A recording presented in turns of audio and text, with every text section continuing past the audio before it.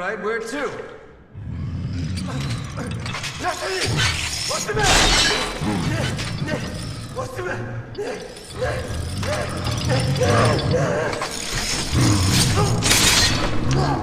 HQ to Alpha Team. Hi, this is Tim Weaver from CMVG, and I'm here with Matthew Pellett from Games Master. How you doing, Matt? Hey, I'm pretty good, thank you. Good. So, Matt, you've played tons of Resi. I presume you finished it. Yes. You're going to tell us what you think about it. Let's put a bit of background here. You're a massive fan of the Resi series. I don't know anyone who knows as much about the series as you do. So, you can give us a kind of unique perspective on it. Yeah, it's worth just saying, while I am a massive fan of the series, Resident Evil 5 was like Capcom had ripped out my heart and stamped on it. I did not get on with Resident Evil 5 at all. So I wasn't really hopeful for Resident Evil 6. I saw it as more of the same. And I was quite pleasantly surprised to find out that it wasn't, or at least it wasn't all. There are elements like Resi 5. Chris's campaign in particular is like a retread of Resi 5. A little bit better, I think. There's more variety going on. All 4 campaigns, so there are 4 campaigns. There are Leon's, there's Chris's, there's Jake's, which you're watching here, and there's Ada Wong's as well.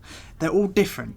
So Chris's, it's a bit like Resi 5. Leon's there are throwbacks to Resi 4. There are definite nods. There's a little minecart bit here, there's a lake monster there, little touches ripped from Resi 4, but sort of without the same quality. But even so, I think Leon's, for horror fans, is well worth playing.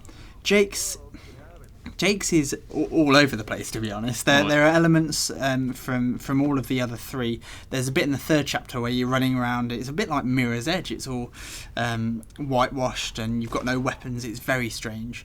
And then Ada Wong's there's some stealth moments in there, and then lots of action, lots of boss rush moments as well.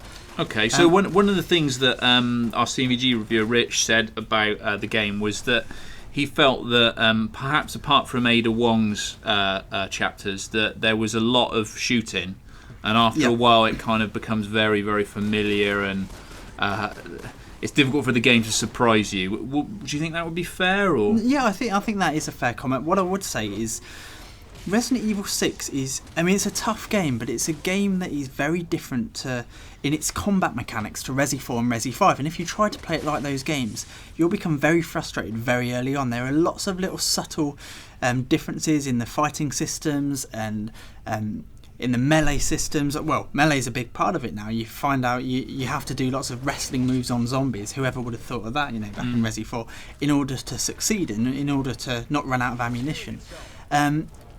And there are elements where you dive on the floor and you roll around, and for the first few hours you're asking yourself, well, why is this even in the game?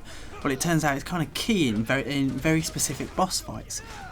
And if you don't use it, if you don't start diving around and baseball sliding, you're going to get hit quite a lot, and you can get very, very angry and very frustrated by it, because it doesn't really tell you. Resi 6 does a very, very bad job at tutoring the player. Right. It's only when you kind of break through these tough moments and you figure out how you're supposed to do it that it all sort of clicks, and when it does fall into place you realise actually it's a very good game.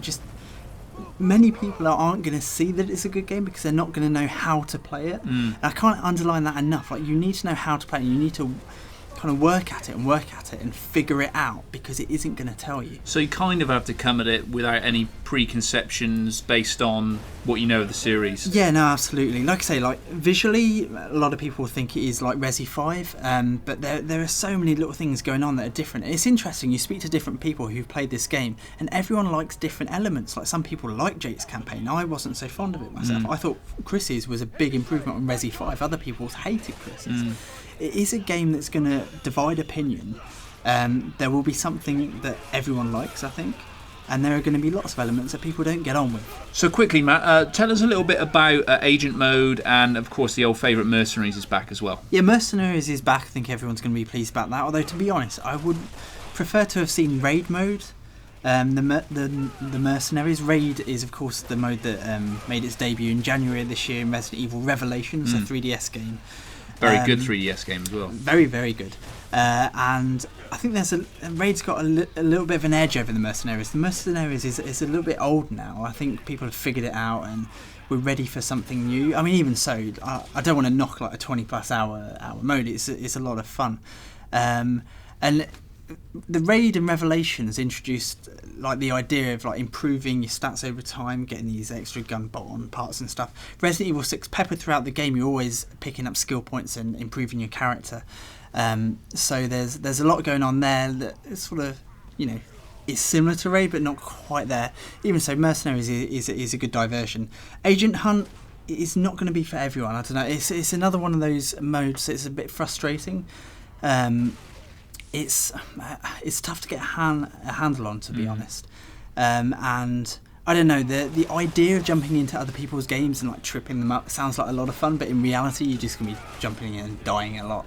So it's one to try out for a few hours, but I think overall the campaign, and you're talking about a 30+ hour campaign, there's more than enough there to keep you happy. Captain!